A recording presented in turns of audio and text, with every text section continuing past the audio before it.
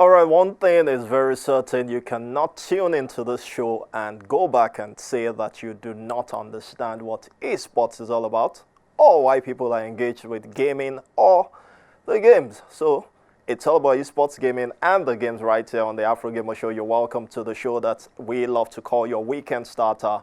Welcome to the program. My name is Shayo, and we reach you on this station, Afro Sports TV, every weekend. It starts at the weekend, just to, get you all pumped and ready for the fun that lies ahead. Welcome to the show. It is a joint production of Afro Sports TV and the Afrogamer News media platform. And more than ever, we serve you the very best of information from around the world. Think about anywhere in the world where esports or things around gaming and the games are happening, and we will be serving you on this show. Welcome, welcome, welcome. Yet another exciting episode lies ahead, and as usual, we start with the news, but not without a short break where we allow you to gather the things you don't get to enjoy the very latest from around the world of esports. Stick around, guys. We'll be right back.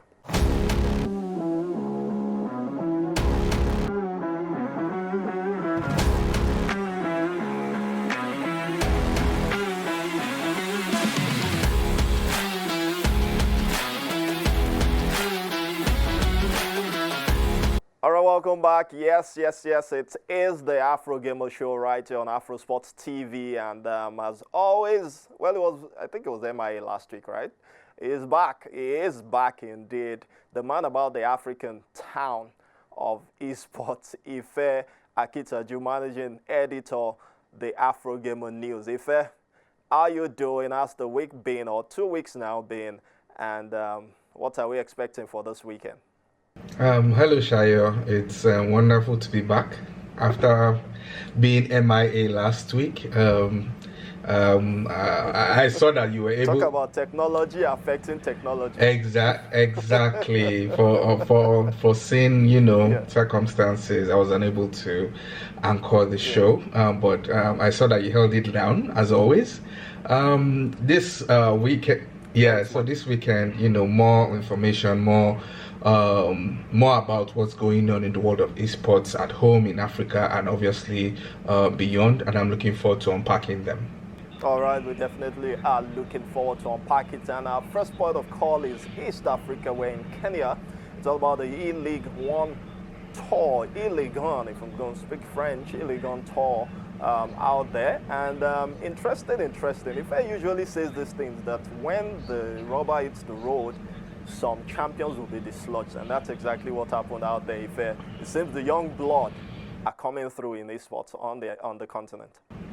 Yes, so I know 2 weeks ago we broke that news about E-League One coming back for season 4, I believe. So Kenya have kicked off their qualifiers, and surprisingly, Shayo, they had 700 plus entries of people who actually wanted to play. Wow. As to if all those showed up, we cannot confirm, but it means a lot that at least you have over. Exactly. So once again, what was exciting is that the young kids, the teenagers showed up. It was more like a whole community, tell a friend to tell a friend to show up, and they were all there. Obviously, we've had this conversation over and over again. Once you start to bring the kids in, the existing community that we think is the best of the best, you start to see some surprises. And someone who had been, season 2, season 3 in Kenya, Eric Demon, who had gone back to back, was, he was unseated, and yes, he was unseated, and this is just the qualifying round. The finals, the grand finals for the top 8. Yes, so the top 8 will be, battling it out come March 28th. But it's surprising on one hand, but I'm happy that is showing growth in Africa and in Kenya. And then the side attraction was an all-female tournament, which was wonderful to see. The ladies also come out. So it wasn't just 1, 2. They were, 8, 10, 12 from the pictures I was seeing, and that just shows that we need to always find that inclusion spot for them. Even if they are not going to start competing with the boys, but let them have something for their own. Exactly. So it was wonderful to see, and I'm happy. Yeah, definitely, we're glad about that. Progress indeed out there in Kenya. Kudos to the Esports Kenya Federation. Kudos to Index G, who managed the entire execution. Also, leaving that one now, let's talk about Ghana. Ghana Esports Federation. The visits continue. And I was having a conversation with Igor, the president of Ghana Esports, in the course of the weekend. What I emphasized to him was let the visits translate to impact, results, tangible ones at that time. I referred him to the fact that this was spoken about on Game Over, was it last week or 2 weeks ago? What we want to see, yes, the visits are good. We're beginning to see interest from government. But we know that these things can end up in the realm of photo ops without results or impact. So, good stuff. From him, another visit to another minister. We expect that this will translate to something tangible soon. Yes, Shaya, you actually just hit the nail on the head. Once this news broke on, I had the same thoughts. Like, okay, fine. A few weeks ago, you're with the Minister of what's it called? Minister of Sports and Development. Yeah. So sports, now, you're going to the Minister of Development and Empowerment. So the difference between both visits is the Minister of Sports has an idea about esports. For this one, for youth development and empowerment, it was more like an introductory part, like, hey sir, there's something called esports, we can collaborate. Yeah, so once again, photo ops, that is all well and good.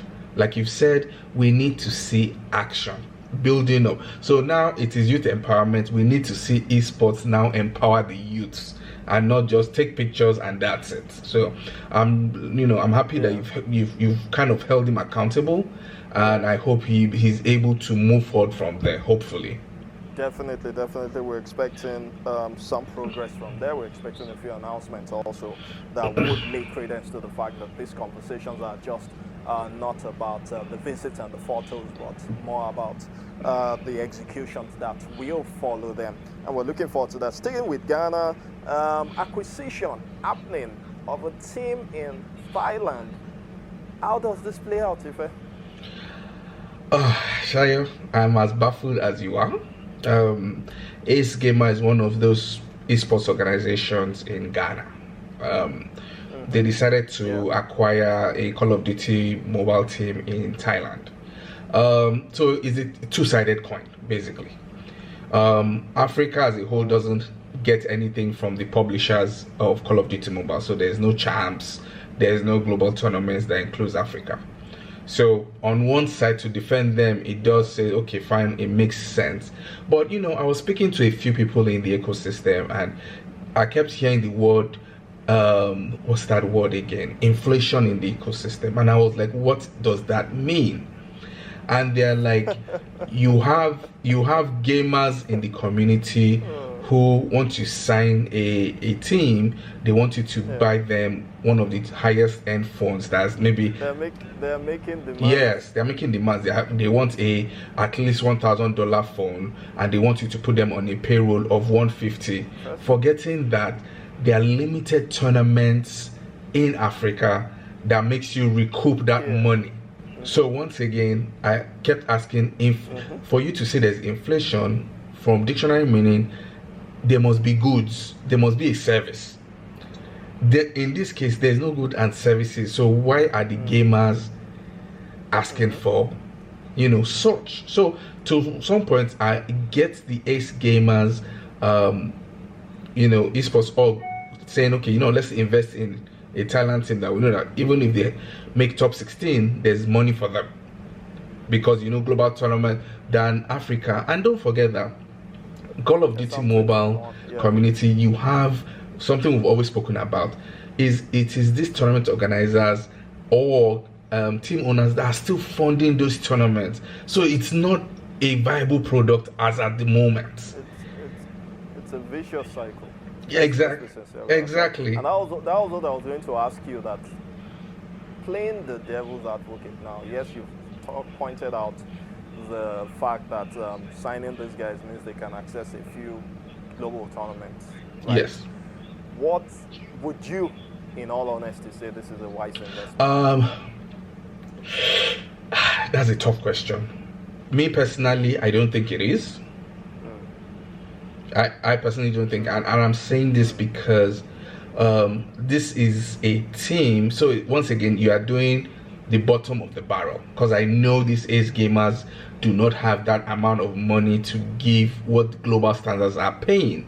As much as, you know, the demands of this team is not probably as close to what the African gamers are asking for, but I think that energy, that funding should have been used to do more of educating, do more of building a framework than spending it outside. Yeah. So that's me. So if I had that funding, I'll prefer to go the AMCL route and build a proper that has a proper structure. 2 times in a year or every quarter, we have a standard team. They have contracts. We'll use that to get sponsorship, use that to catch Activision's, you know, attention of, okay, you know what, we've done a proof of concept. So I think if I had that funding, that was what I would have done. I may not have invested in a team, but I think more about a framework, basically, to build that community and educate that you need to have a proper product before you start demanding $150 a month and you're asking for a phone. To me, it is just ridiculous. I'm all for knowing your worth, but if you are worthless, then there's nothing to know your worth about. So that's just exactly. There's nothing to be done about it. There's a lot of work to be done. Thanks a lot for that honesty. And the truth is, I kind of second what you've talked about in terms of building, and that would also help build this ecosystem and give brands in this ecosystem something to ride on in terms of sponsorship, partnerships, or any kind of brand attachment at that. All right, guys, let's take a break. A quick one. We're done with Africa. When we get back, we're going beyond Africa with the very latest from around the world of esports. You don't want to miss it. Stick around.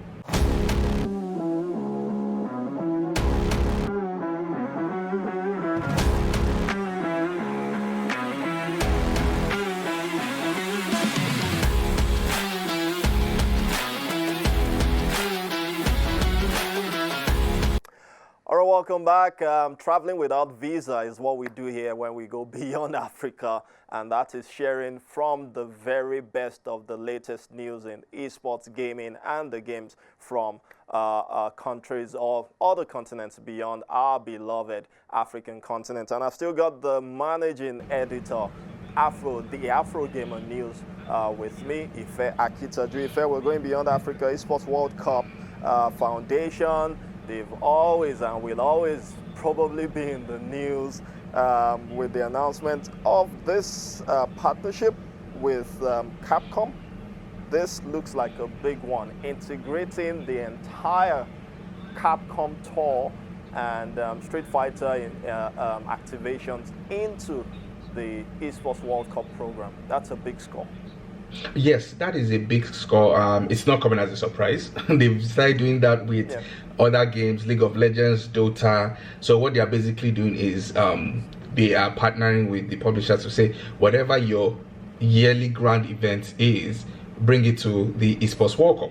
So that is something they are doing. So in this case, they've signed a 3-year deal with Capcom, and the 2 of their big IPs, the Capcom Pro Tour and the Street Fighter League, they are bringing it into the Esports World Cup, which is going to start this year. So it's going to run from this year to 2027, and then they would review it. So the question now, Shayo, is food for thought, and this is also for our viewers who, are always thinking. We've always said the power seems to stay with the publishers. In this case, it's looking like Saudi is taking all the power from them, or kind of making it, their own, basically, because publishers now are just agreeing, signing deals, and then, just playing the part that they need to play. So who does the power really belong to? So is it possible that an outside entity, a private entity, can actually take this power from the publishers if they have that right amount of money? Yeah, so for me, I'd say thanks a lot for that submission. If I'd say that Technically, the power belongs to who pays the piper, and in this case, it's the Saudis. Not anymore with the publishers, because this will be fully funded by the Saudis. The prize money will probably come from the Saudis. It's part of the 60 million, right? So I would say the publishers are gradually just surrendering, and it has always been about capitalism, if I can call it that, or about the commercialization of these things. Everybody's saying, oh, the publishers have the power, but the truth is when you show them the money, it means that they would surrender the power to you, and that's happening. And it's a good thing. Let's be sincere, it's a good thing. There's nothing wrong with this. I am all for it. More than anything, if, for example, we have a superpower who's ready to do this kind of spend in Africa, then it means we can initiate something, and then the publishers will come here and we'll work together to make it happen also. So it's I think the power belongs to the Saudis, and I'm sure you agree with me. Yes, I do, totally. All right, still talking about the Esports World Cup Foundation, the new Sports Global Conference, NSGC, which was the offshoot of the Next World Forum, has been announced. 22nd to 24th of August is when that will be happening, and it's discussions around esports gaming and sports itself, and it's something to look forward to. I am very sure, I'm super sure that a lot will be centered around the Olympic Esports Games as regards the panel sessions at this year's edition. Yes, so for context, for those who don't know, the new Global Sport Conference was the previous New World Forum, which the Next World Forum. Sorry, yeah. Next World Forum. Thank you for the correction. Which our wonderful host Shai the first edition was able to attend.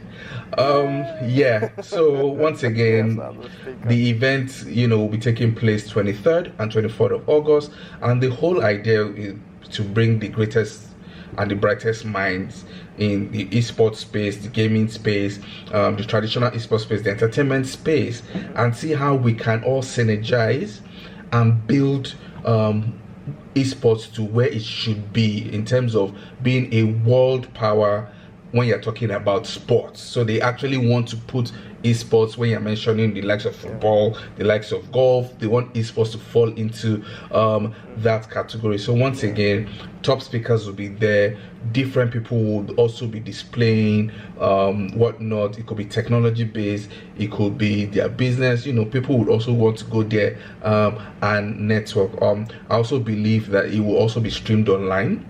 So if you are unable to go to Saudi to attend, you could just tune into their YouTube pages, and then you'll be able to watch, get a few ideas, be impacted by those who will be speaking, and then hopefully, especially Africa, we can borrow some thoughts of how we can how we can improve our continent better. Definitely, we can pick a few lessons from there, and it will be something to come back, develop and work on. Thanks for that. Let's talk about this one. Moonton Games and Infinix, not Nigeria, have joined forces on esports excellence. Tell us more about this one. Oh yes, Moonton Games are the publishers for the Mobile Legend Bang Bang.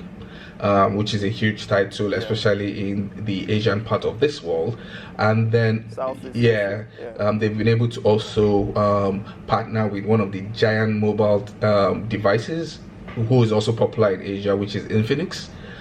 So what they've done is they've been able to partner for a few of their IPs this year, where Infinix will be the partnering these the official sponsor and partner for them.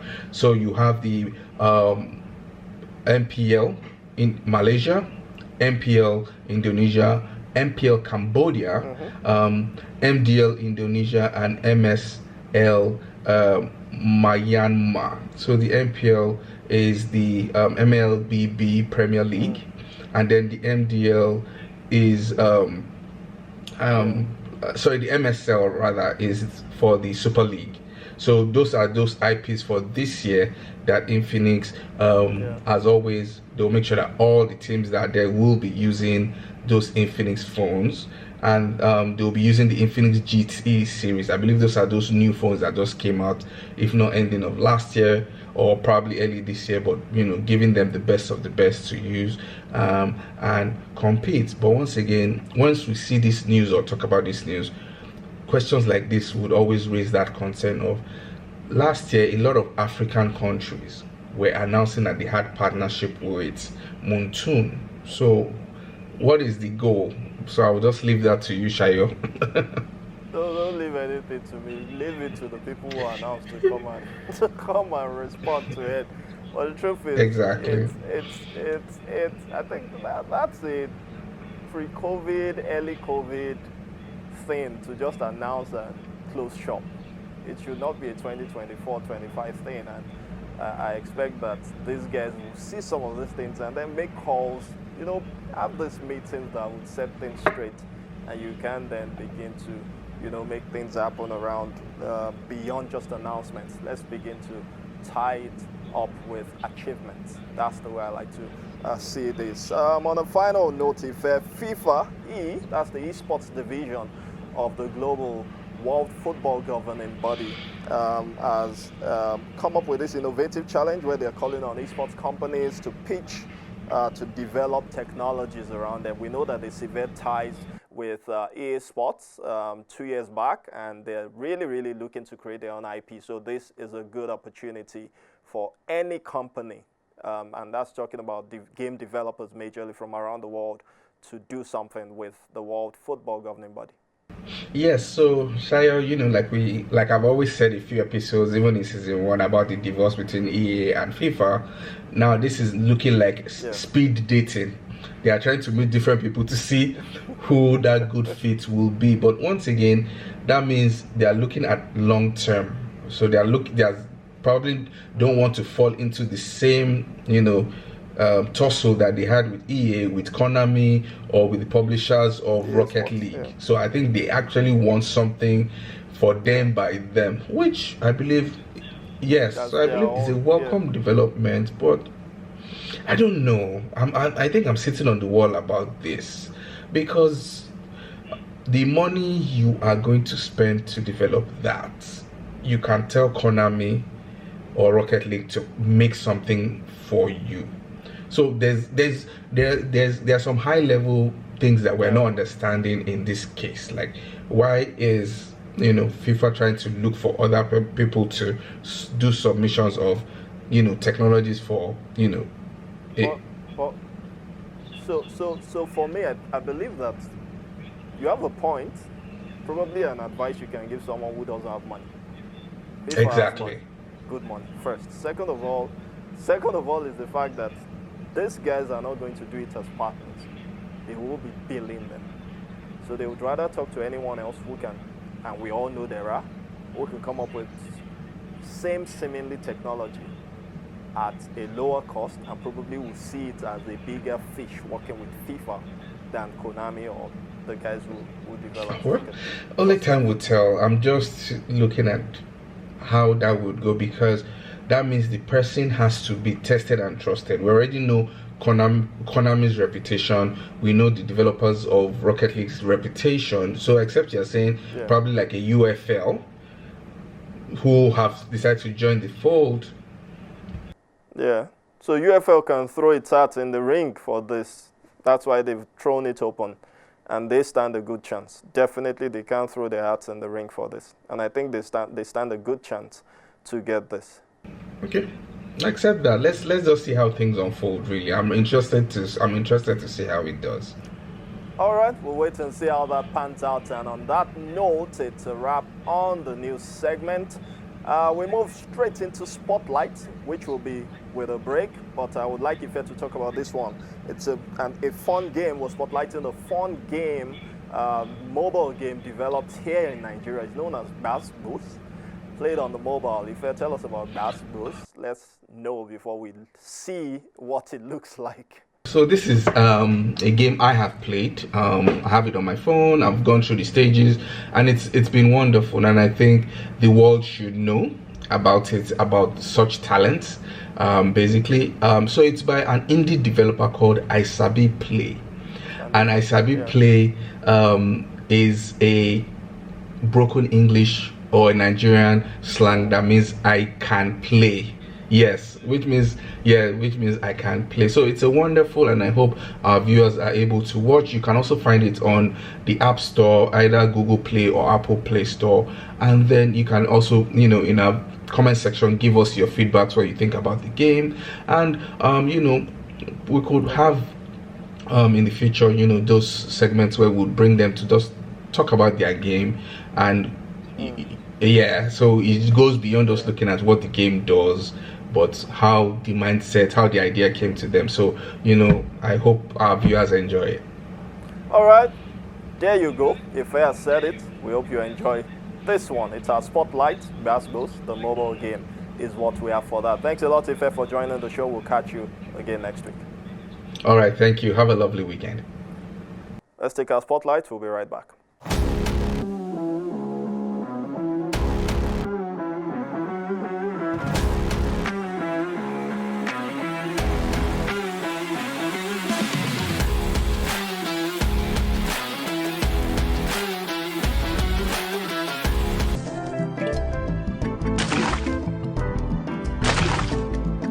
Come on.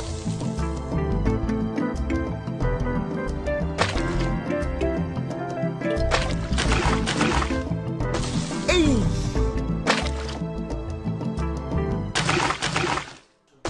Martin. You dey play. Martin. He choke.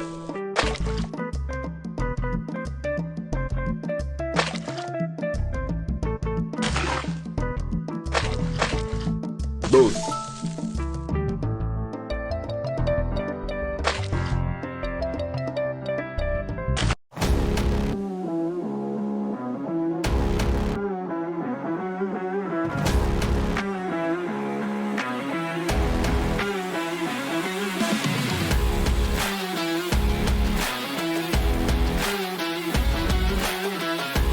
All right, welcome back, guys. And yes, that was a fun game. I give it, it's solid, and I think it can only get better. We've got some good talent making things happen around here, and we're looking forward to spotlighting more of this game. So trust me, that will be our focus. We'll be looking at games from amazing guys. Some of them I've met, some of them I've not met, but we're seeing the works of their hands, and it's good to put them on this global platform of the Afrogamer Show to showcase what they've got. We're moving swiftly to retro today, and for our retro, we're looking at a throwback on cartridges. Back in the day, it used to be about cartridges, not now that we have discs. Now we even just download these games. But those days, you carry the cartridges, you slot it in, and you get to play this game. Let's take a look at that for our retro for today. We will be right back.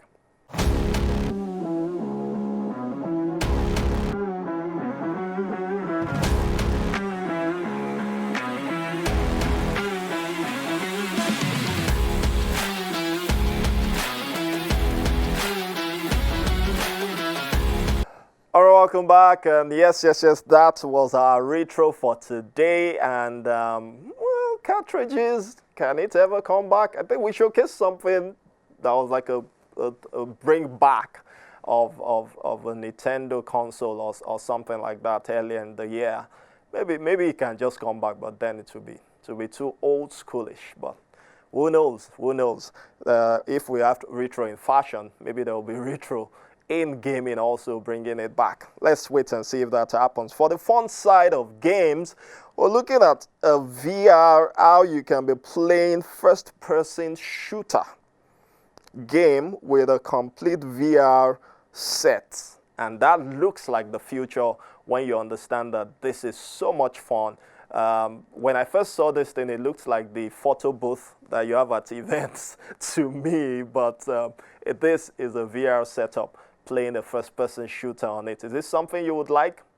Say it Then tell us.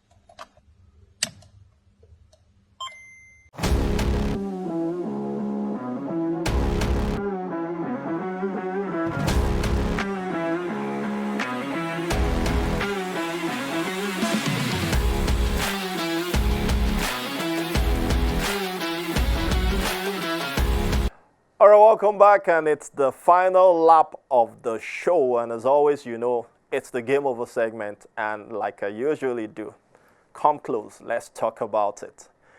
FIFA announced the launch of its Innovation Challenge, where they're calling on esports companies to develop technologies that's not just drilled towards gaming, but more about capturing athletes' movements and transforming them into live broadcast, which we all know are some of the intricacies put into developing some of the athletes. And that's why most of us got frustrated with EA when you see that they're trying to make it look like real life. That's exactly what FIFA is trying to achieve with this call for esports companies to do something around this Innovation Challenge. But that is not the news. The news from this, or the conversation I would be having with you on this, is as regards if at all we have a shot on the African continent to have 1, 2, 3, 4, or even more companies, esports technology development companies from the continent that would be throwing their hats in the ring for this one. We've had a few developers, show metal working with international companies over the years, and this should not be much of a problem because we've seen development and growth in that game development sector over the years, from Nigeria to Ghana to Kenya, South Africa, Egypt, Morocco, and so many other countries. So this is a good one that is open to all without a restriction about where you're from or what you do. And this is us also throwing that challenge out on the Afrogamer Show, that anyone who's got the powers, the expertise, the experience, and the understanding of this demand from this continent should throw their hats in the ring for this, and it will be a good shot, because it might not be FIFA tomorrow, and it might be CAF who would need this technology, which is the African governing body for football, or even any other international sports federation at that, because that is where this whole thing is going in building, the fans' engagement, fans' experience, and so many other things. That is the future of the sports and the future of esports. That's the game over for today. That's our challenge to esports companies all across Africa to take up this innovation challenge put forward by the FIFAe, the esports division of the World Football Governing Body. My name is Shayo. It's been fun bringing this to you as always. Like I usually love to say, enjoy your weekend. We'll catch you again next week. Bye for now.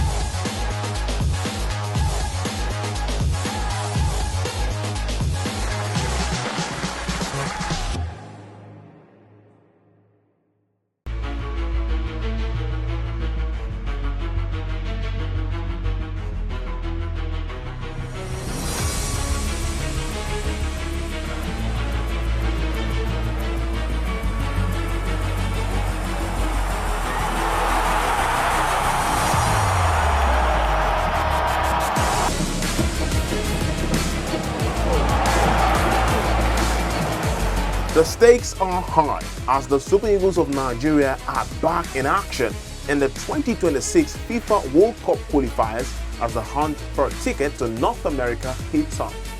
The stage is set as the Super Eagles head to Kigali to take on Rwanda's Amavubi at the Amaro Stadium on Friday, the 21st of March. Rwanda versus Nigeria. It is first versus fifth in Group C. It is 90 minutes of passion and endless skill. Don't miss a second of the action.